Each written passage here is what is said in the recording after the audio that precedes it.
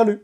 Si vous pensiez que le principe d'incertitude de Heisenberg et la superposition quantique des états étaient des concepts qui ne s'appliquaient qu'aux particules élémentaires, invisibles à l'œil nu, je vais vous montrer aujourd'hui que ce n'est pas le cas. Nous allons voir ces deux concepts de nos propres yeux grâce à ces filtres polarisés. Si je place un de ces filtres devant un écran d'ordinateur en position horizontale, le filtre laisse passer la lumière, c'est-à-dire que je vois à travers le filtre, qui est transparent. Si par contre je place le filtre verticalement, il devient noir, c'est-à-dire qu'il bloque la lumière provenant de l'ordinateur. Nous comprendrons dans un instant pourquoi les filtres polarisés se comportent ainsi. Si je combine deux filtres, l'un à l'horizontale et l'autre à la verticale, il est clair qu'aucun photon ne le traversera, car le filtre vertical n'en laisse passer aucun. Mais si j'ajoute un troisième filtre, et que je le place à 45 degrés par rapport aux deux premiers, il se passe quelque chose de vraiment contre-intuitif. Là où les trois filtres se chevauchent, la lumière passe. Mais comment est-ce possible? Le filtre vertical ne bloque-t-il pas tous les photons? Quelle est l'astuce? Les concepts qui servent de base à cette expérience sont précisément le principe d'incertitude de Heisenberg et la superposition quantique des états. Ce qui arrive au filtre polarisé arrive aussi au spin des particules. Grâce à cette expérience, nous comprendrons ce qui arrive au spin des particules lorsqu'elles sont observées en laboratoire ou par un ordinateur quantique. Je m'appelle Simone Baroni, je suis physicien, amoureux de la science et de la nature, et ma mission est de diffuser la science de manière captivante. Je vous invite à vous abonner à ma chaîne de science. Supposons que nous préparions 1 million d'électrons dans un état de superposition comprenant 50% de spin-up et 50% de spin-down. Qu'est-ce que cela signifie? En 1922, les physiciens Stern et Gerlach ont démontré que si vous mesurez le spin d'un électron, il ne peut prendre que deux valeurs possibles. Le spin peut être orienté vers le haut ou vers le bas. Nous appelons ces deux états possibles spin-up et spin-down. La mécanique quantique nous apprend qu'en plus d'être orienté vers le haut, spin-up, ou vers le bas, spin-down, un électron peut également se trouver dans une combinaison de deux. Par exemple, si en laboratoire, je prépare un électron dans un état de superposition de 50% spin-up et 50% spin-down, cela signifie que lorsque je mesure le spin de l'électron, il aura 50% de chances de collapser, dit-on, dans un état de spin-up et 50% de chances de collapser dans un état de spin-down. Mais avant de l'observer, selon l'interprétation de Copenhague de la mécanique quantique, le spin n'a pas de valeur définie. Il prend une valeur lorsque je l'observe. Supposons donc que nous préparons 1 million d'électrons dans un état de superposition de 50% de spin-up et 50% de spin-down. Je vois ensuite ces électrons, un par un, à travers un aimant orienté dans le sens vertical. C'est ce qu'on appelle l'appareil de Stern-Gerlach, qui crée un champ magnétique qui change très rapidement le long de la direction verticale. Rappelons-le, l'appareil Stern-Gerlach définit une direction concrète. Les électrons interagissent avec le champ magnétique car ils se comportent comme des petits aimants. Et comme le champ magnétique n'est pas constant, le faisceau d'électrons se divise en deux. Environ la moitié ira vers le haut et le reste vers le bas. Disons que l'état de chaque électron collapse dans l'état spin-up ou spin-down avec une probabilité de 50%. Prenons maintenant le demi-million d'électrons qui se sont retrouvés dans l'état spin-up et envoyons-les à travers un deuxième appareil Stern-Gerlach ayant la même direction spatiale que le premier. Que se passe-t-il? Ils vont tous vers le haut, car tous les électrons sont déjà dans un état de spin-up avant d'entrer dans l'aimant. Par conséquent, la répétition de la même mesure ne modifie pas l'état des électrons. Voyons cette première expérience sur le spin également avec des filtres polarisés. La lumière, comme le spin, peut également se trouver dans deux états possibles. En effet, la lumière est une onde électromagnétique, c'est-à-dire qu'elle est constituée de champs électriques et magnétiques qui oscillent dans le temps. Imaginons un photon voyageant dans l'espace de l'écran de l'ordinateur à l'appareil photo. Le photon peut se trouver dans l'un des états suivants. Premièrement, son champ électrique peut osciller dans le sens vertical. Cela signifie qu'à un moment donné, le champ électrique de l'onde atteint sa valeur maximale et pointe vers le haut, puis il diminue et devient nul, puis sa magnitude augmente à nouveau mais pointe vers le bas, et ainsi de suite. Dans ce cas, on dit que le photon est polarisé verticalement. Le photon peut également être dans un état de polarisation horizontale, où son champ électrique oscille dans le plan horizontal lorsqu'il se déplace vers la caméra. Outre les états de polarisation verticale et horizontale, un photon peut se trouver dans une superposition de deux, avec un nombre infini de possibilités. Il peut être polarisé à 50% verticalement et 50% horizontalement, ou à 30% horizontalement et 70% verticalement, etc. Cela rappelle les propriétés du spin.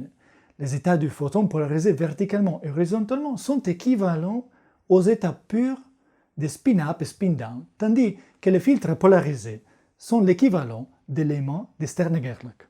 Vous devez savoir que la lumière provenant d'un écran d'ordinateur ou d'un téléphone portable est polarisée, c'est-à-dire que tous les photons émis par ces écrans ont la même polarisation, soit verticale, soit horizontale.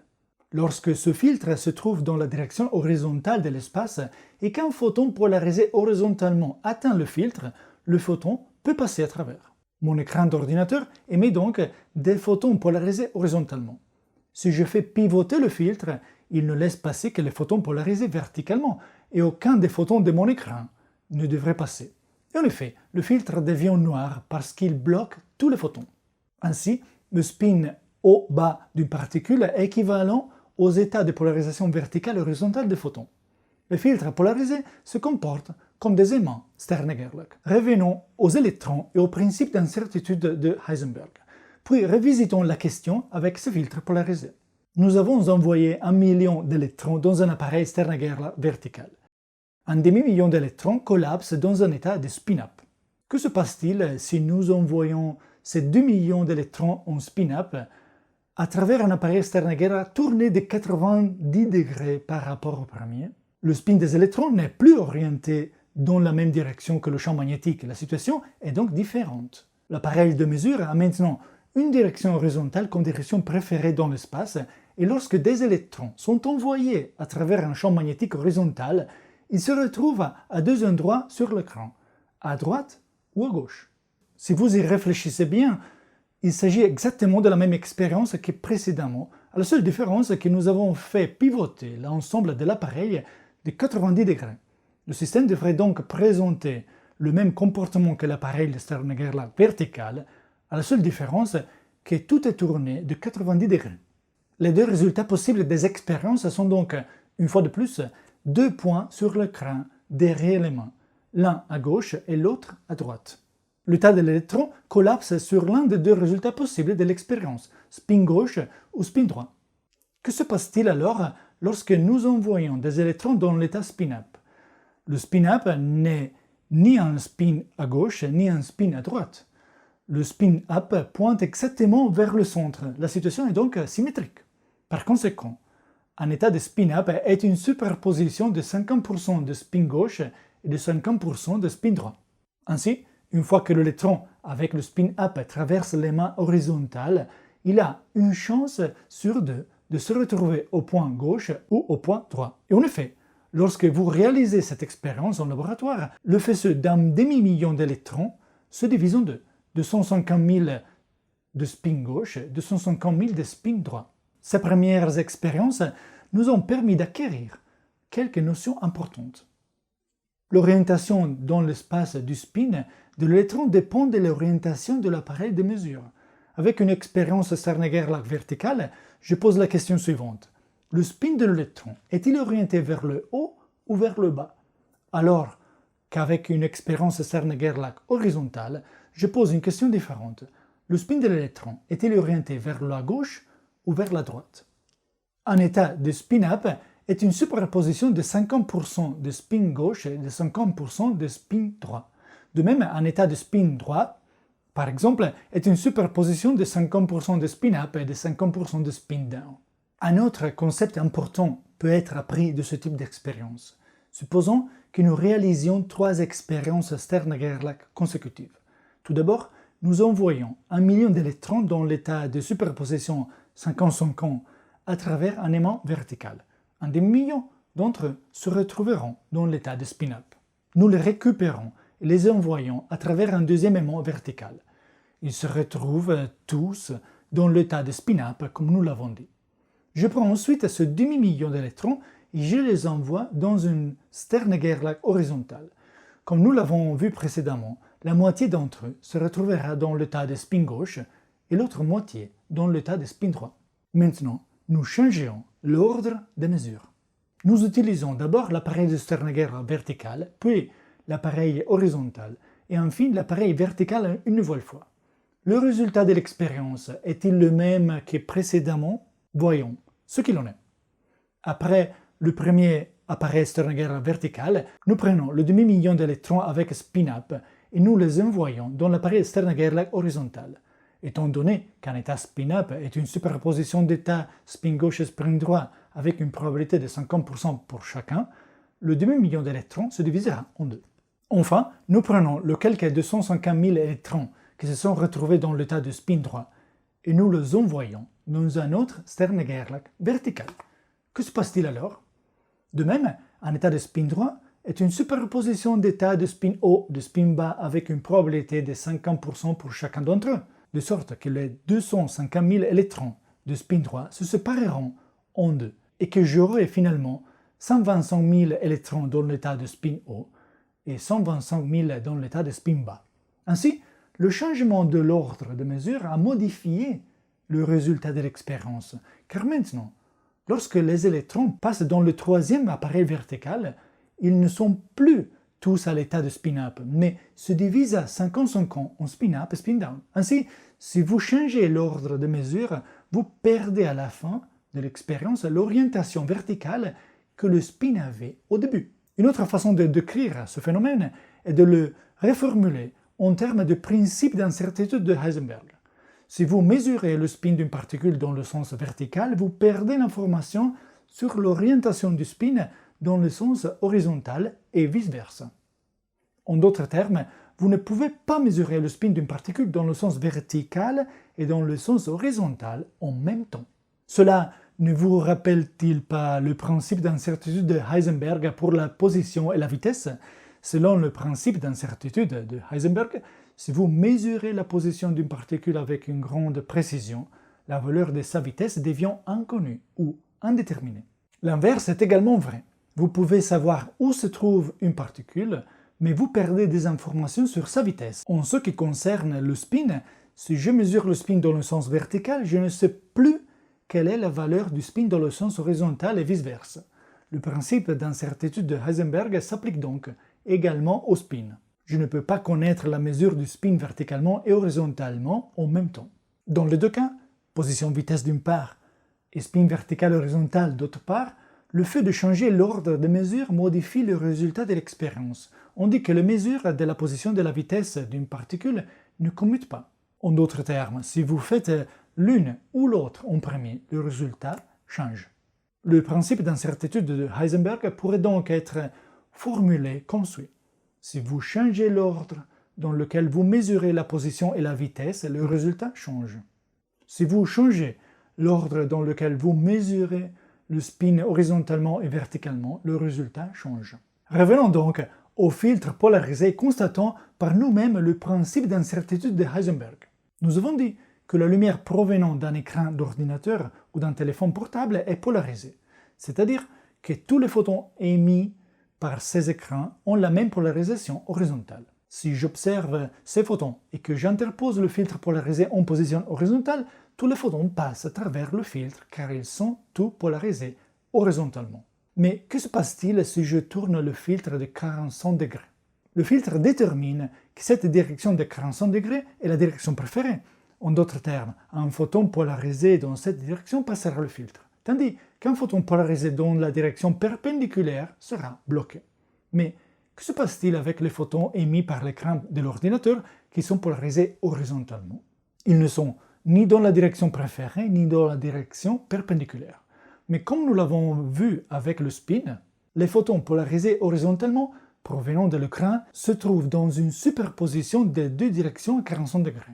Par conséquent, chaque photon provenant de l'écran a une chance sur deux de passer à travers le filtre. C'est pourquoi le filtre a cette couleur grise, car seule la moitié des photons la traverse.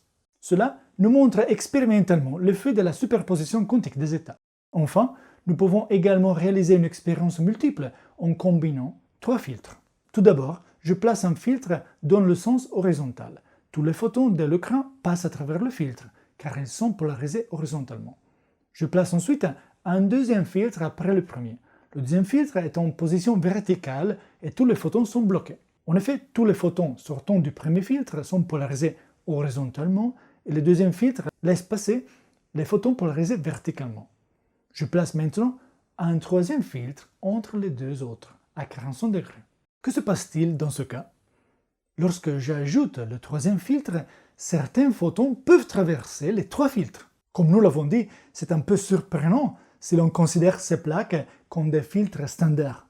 Si 2 filtres bloquent toute la lumière, je m'attendrai à ce que l'ajout de filtres supplémentaires ne modifie pas le résultat de l'expérience. Mais en réalité, le mot « filtre » est trompeur. Analysons ce qui se passe. Seuls les photons polarisés horizontalement passent le premier filtre. Ainsi, chaque photon a 50% de chances de passer le second filtre car il se trouve dans une superposition des 2 orientations préférentielles possibles du second filtre. Les photons qui passent le deuxième filtre collapsent à une polarisation de 45 degrés. Enfin, la même chose se produit avec le troisième filtre, car les photons sortant du deuxième filtre sont polarisés à 45 degrés et ont une chance sur 2 de passer à travers le troisième filtre. C'est exactement ce qui se passe avec le spin des particules dans les expériences Stern-Gerlach. En outre, si je modifie l'ordre des mesures, par exemple en déplaçant le filtre du milieu et en le plaçant après les 2 autres filtres, plus aucun photon ne passe à travers. Cela nous montre expérimentalement l'effet du principe d'incertitude de Heisenberg, car le changement de l'ordre de filtre modifie le résultat de l'expérience et je perds l'information initiale sur les photons. Avant de vous laisser, je voudrais vous rappeler que si vous voulez en savoir plus sur la gravité, sur le fonctionnement du temps qui est intimement lié à la gravité et sur la relativité d'Einstein, vous pouvez lire mon livre « Comprendre le temps et l'espace ». Le voici. Et c'est un livre accessible à tous, car il utilise un langage simple et contient plus de 60 figures et schémas dessinés par moi-même, comme celui-ci. Je vous laisse le lien vers le livre dans la description. Ciao et à bientôt avec une nouvelle vidéo.